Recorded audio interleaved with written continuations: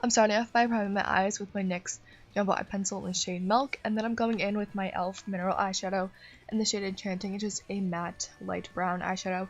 I'm putting this in my crease for a transition color, and then I'm taking this e.l.f. little loose eyeshadow thing in the shade Peach Pie. I'm putting this all over my lid, and I just got it, so I wanted to try it out, and it's a really, really pretty color, you know, great, but it just wasn't as pigmented as I wanted it to be, so I took my half-baked eyeshadow from my Naked palette and just put this all over my lid, and it's a really, really pretty gold shade. And then I'm taking Buck from my Naked palette again, it's just a matte dark brown, and putting this in my crease to darken everything up. And then from my Maybelline The News palette, I'm taking that a cool tone gray and putting this on my outer V, and then I'm going to blend everything together so there are no harsh lines. And then I'm putting a matte black underneath my lash line just to darken everything up a bit more. And then with my Wet n Wild Mega Liner in the shade Dark Brown, I'm just applying a thinnish line on my upper lash line and just creating a pretty thick and dramatic wing. Off camera, I applied my Ardell 124 lashes, and now I'm applying some bottom mascara. This is my Too Faced Better Than Sex mascara just to finish off the whole eye look, and it turned out really pretty and I really liked it.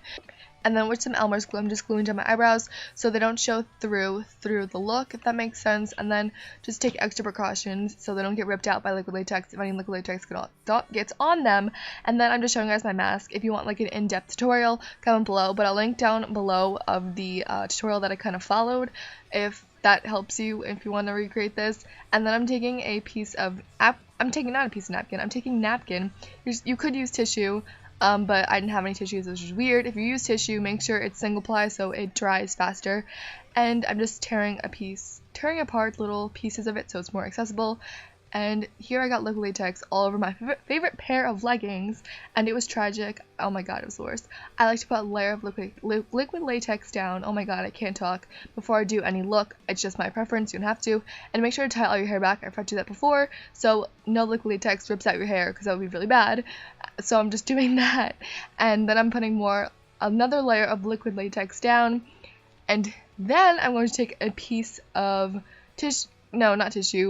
napkin, putting that all over, and then I'm going to thoroughly coat that in liquid latex. It's just so simple, and you want to build this up 3 or 4 layers. I think I did 3 layers, I really can't remember. And off camera I outlined where the mask would fit my face with just some brown eyeliner. So, you know, thoroughly coating my piece of napkin, and make sure you blend the edges away from your face, I think, into your skin, so there's no like weird line, and so it blends better. That's pretty much what I'm doing. Putting liquid latex down, another layer of napkin or tissue or whatever, and then just putting more liquid latex on top.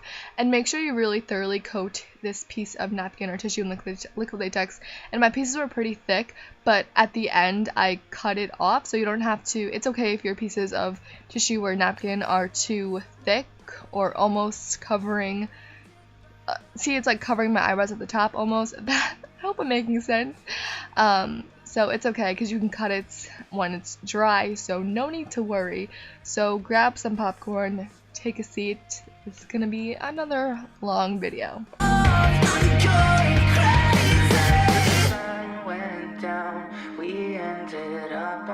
Once your prosthetic is 100% dry, go ahead and take any foundation or concealer.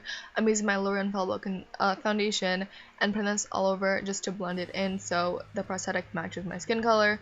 And then in a few seconds, now I'm taking my matte Paloma concealer just to add more coverage to it because it wasn't covered enough for me and to blend better.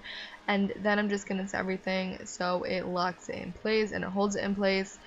And yeah, and then I'm tearing up / ripping up the inside of the prosthetic. Yeah, just doing that, man. And off camera, I cut up where the mask matched the prosthetic, if that makes sense. And now I'm just tearing up pieces of the inside of the prosthetic so it makes it look like our face was torn off and gives it a more gory and realistic effect, and it looks really cool. And now I'm just taking some scissors because my acrylic nails were not cutting it, just to tear it up a bit more. And you could cut your prosthetic to match your mask. This is when you would do so. and I wouldn't recommend using scissors because that's not really safe. And then I'm taking just a red color grease paint here for a base color. I'm just putting this all over where the mask would cover my face. And then on the back of my hand, I mixed 2 parts red paint with 1 part black paint to create this dark purple / black color, and I'm putting this all over just to darken it up and make it more realistic and stuff. Because why not? You know, great, you could use purple or you could use black, but I didn't have purple, so great. And then I'm just taking more black just to darken up even more because it wasn't dark enough for me. Go with your preference. And then I'm taking more black on the crevices, I guess, around the border just to add some depth to make it more realistic, and adding black in different spots again to make it more realistic and stuff.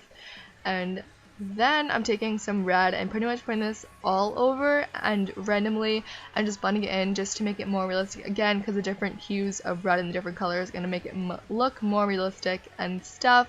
So pretty much that's just what I'm doing. And then I'm just showing you this color. I don't know why, but I just put this all over just to darken up a bit more and stuff, because why not? I don't know why I showed you that. And then I'm just taking some fake blood, the fun part, and I'm pretty much putting this all over, and the top of the prosthetic was too flat for me, so I soaked a piece of napkin in fake blood and just put it underneath the prosthetic to heighten it, to make it more realistic. How many times can I say realistic in a special effects tutorial? And I'm pretty much putting fake blood that looks a lot like ketchup. Oh my god, this is not good. All over, literally all over. I didn't really show it too much, but I put it all over. Don't worry, so it's really gory and stuff. And then I'm taking a sponge that I cut up to make it look more textured, and I'm buffing this out, blending out the edges so it looks a bit, you know, great. And then I'm creating the drips, most important part, and you're pretty much going to take a lot of fake blood, put it on a Q-tip, and just drip it down and stop it where you want it, the drip to stop. If that makes any sense. I did 4 drips. I was going to do 3, but you know, I just wanted to do 4 because why not? And then I'm just putting more fake blood that looks a lot like ketchup all over to make it look more gory and realistic. But anyways, that's it in my video. I hope you guys enjoyed. I love you all so much, and I'll see you guys next time. Bye.